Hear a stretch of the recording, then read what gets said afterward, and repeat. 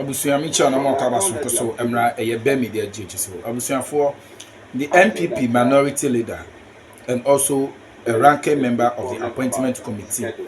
Honorable Alexander Afenyomarkins abusuya waba bonten de nsem ade abatudwa efa eye enwoma bia koso ewo eye omo vetting ni mu na abusuya wakasa chese waba bonten na nsem ode atudwa na abusuya anu ade ya pese minimum ye no yekọ na ekoti a o kire se nyade a omo ebeje eye intimidation bia chese afro bibia ho they are not ready na omo so omo anya de a chese wo intimidate omo kora enye yie abusuya nsem apapa ye de atudwa anu ade pese ye kone kokoti na obesha nso ami se ha eye be media joyce abusuya se ene dedicate woni to channel so a need you kwan so no go kwan so be subscribe like na abo share for prince na bi otina nya bi yon kone nkoti nsem a the minority of the MPP Honorable Alexander Afenyomarkins edi atunya na se bi na se wani cha wale na achira ya adwe ha be media GH so Now, we will be taking you live to Parliament because the minority is holding a press conference.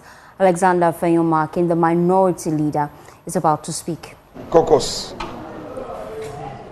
have a good reason to bring to your attention and that of the Ghanaian public some growing concerns about the ongoing vetting process of President Mahamat's ministerial nominees. To begin with, it is now a known fact that we have, at the risk of criticism from our own party and supporters, elected to expedite the vetting process for the new administration. We took this decision because we believe it is better for the president to have his ministers in place early rather than leave the ministries to civil servants to run. And pursuant to this decision, we have even dispensed with the convention to advertise and invite memos for at least 14 days ahead of the appointment committee's public hearing. We have cooperated with the majority side extensively and have even been criticized for not conducting detailed inquisition into matters concerning some of the president's nominees. Despite this, we are beginning to observe attempts by the majority to force through some nominees and railroad them through a rubber stamp process. We are also beginning to observe a breakdown of security, law and order within the precincts of Parliament, and especially last night at the committee room by some NDC thugs. These thugs were hired, organized and brought in to come and intimidate the minority. But let me tell the NDC, we are few, but we are a mighty few. Yeah. We are firm in our conviction, we are determined, and we shall never surrender to their intimidation. Indeed, yesterday night we saw verbal attacks on us, and it took the vigilance of the police to escort us out of the chamber. We commend the police for what they did last night in ensuring law and order, and we urge them to continue their good work. We are also concerned about the attempt by the majority to disregard pre-sitting agreement on a number of nominees to appear before the appointment committee. Indeed, this is what led to last night's situation. Yesterday, there was an agreement to have only 3 nominees for the day. They later changed it to 4. We agreed, and later requested for a 5th nominee, only to realize that after the 5th nominee, the NDC has smuggled Mr. Okujeto Ablakwa into the committee room He came fully dressed with his wife and other family members, and he was forcing his way to take his seat. Not only him, there were other regional minister nominees who had not been programmed, but they had forced them into the committee sitting room. Their plan was to use their so-called supermajority to intimidate us. The NDC must know here and now that they won an election, and that election they won, they are to govern together with us. We will not allow them to use their so-called majority to force their way. It won't happen. In fact, we are not going to boycott any proceedings. Boycott is not part of us. At all. We will stay in and protest, and they will not have their way. But I want to assure them that because we have been in government before and we know governance, we will not obstruct government business. We are further concerned about the breakdown of security within the precinct of Parliament and the way strangers feel emboldened. NDC, know that Parliament is not an extension of your party offices where you allow vandalism. You bring your party foot soldiers here to cause confusion. If today you are unleashing them on us, tomorrow when these boys are hungry and angry, they will come after you. It's not a prophecy, it's a reality. We cannot be intimidated even as we perform our legitimate constitutional mandate. And we caution the parliamentary service led by the clerk to Parliament and his able marshal to urgently step up security within the precinct of Parliament and protect the minority to enable us do our work. It will be an eyesore to witness supporters of the minority also invade Parliament House to provide security for our side. Our members are asking us questions, but we keep assuring them that we are a party of law and order.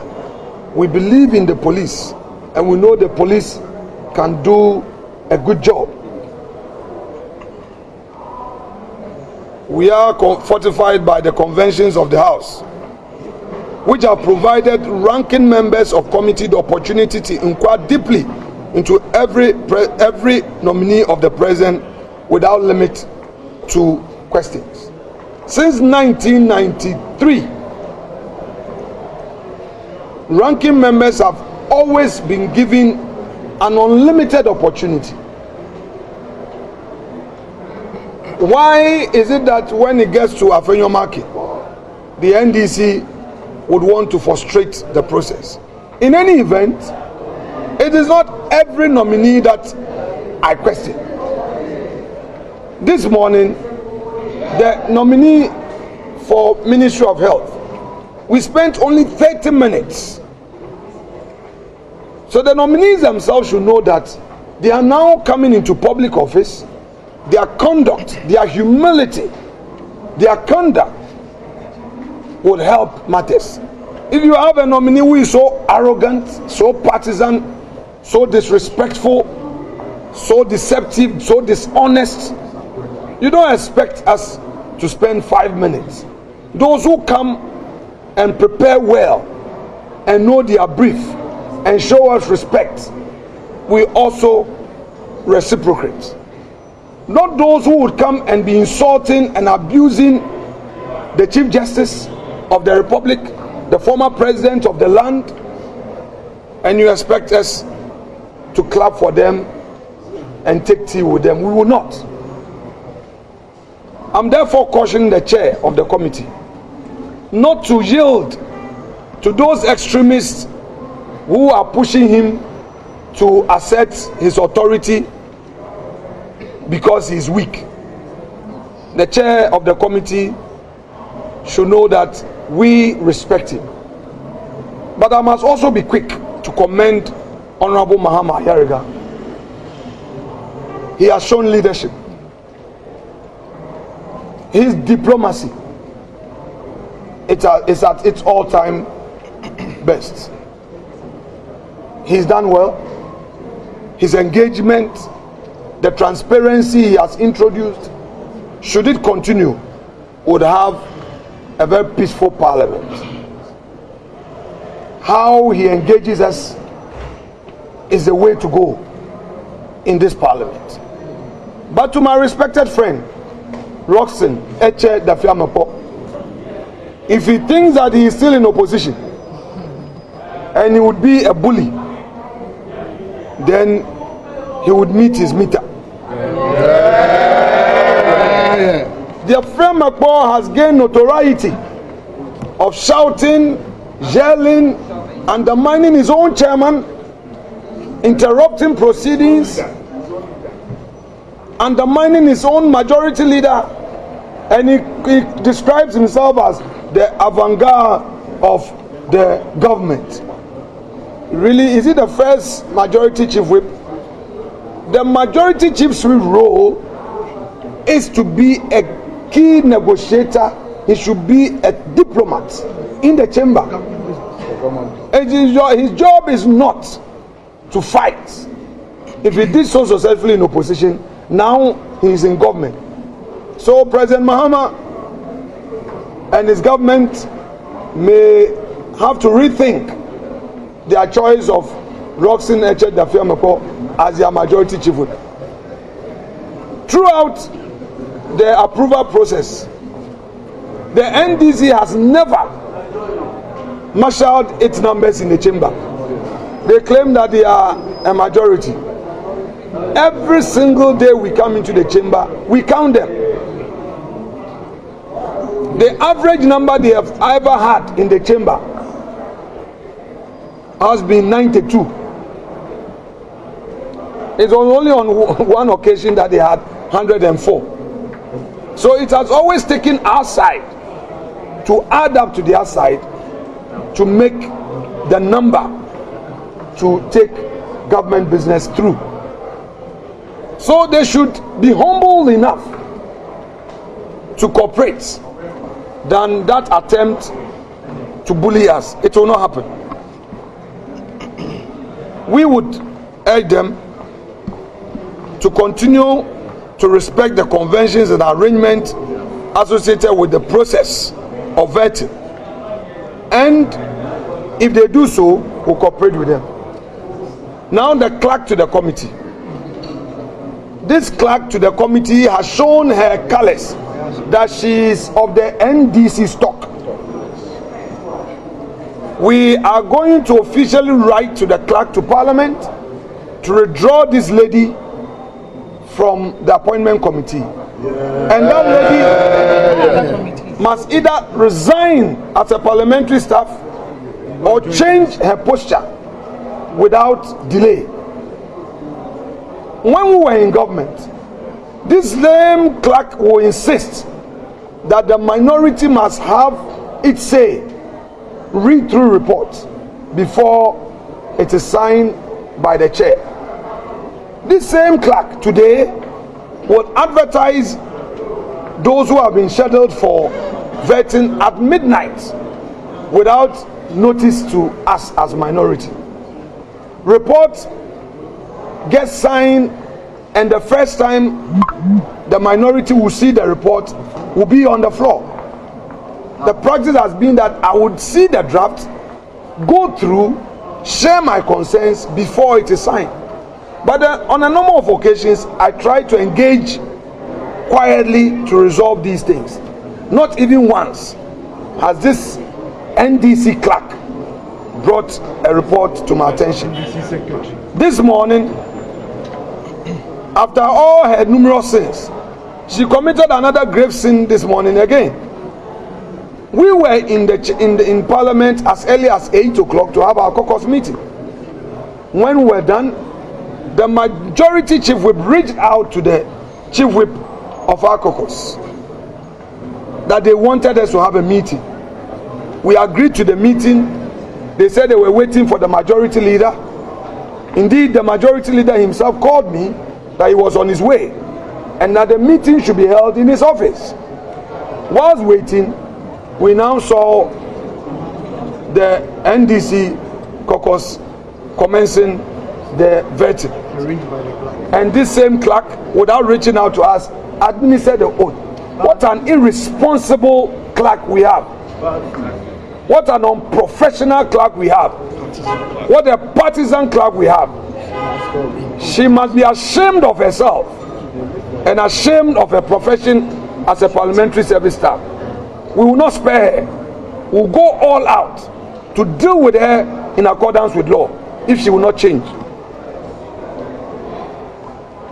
Our parliament boasts of mature conventions and practices, and this we have navigated all these years. We would urge our colleagues one more time to cooperate with us. We want to assure the people of Ghana that we are acting in good faith. We want to support the government and be constructive, but will not allow ourselves to be bullied.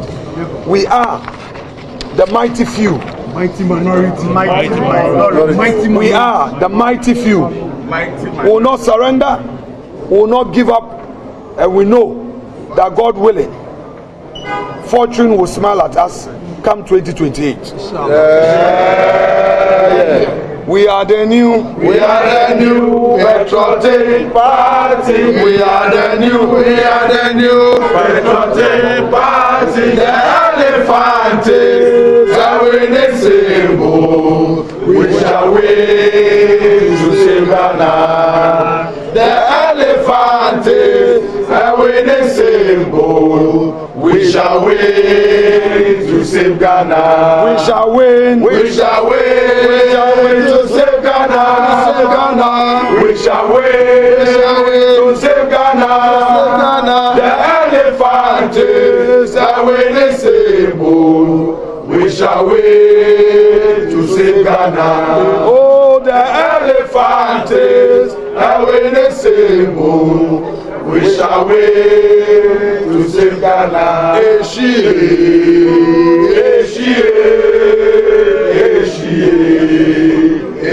rado, rado.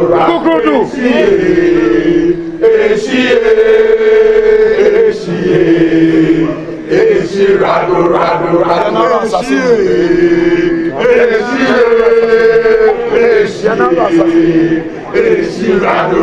rado. General assassin. Eya body de maye. Mojana na nu shegu galeto o maye. Elomene wososo selebe yebiatraso. Nibiatraso kozo kanija pese minkunya. Ejuye bremu amaya sasimu go atuse. O manu se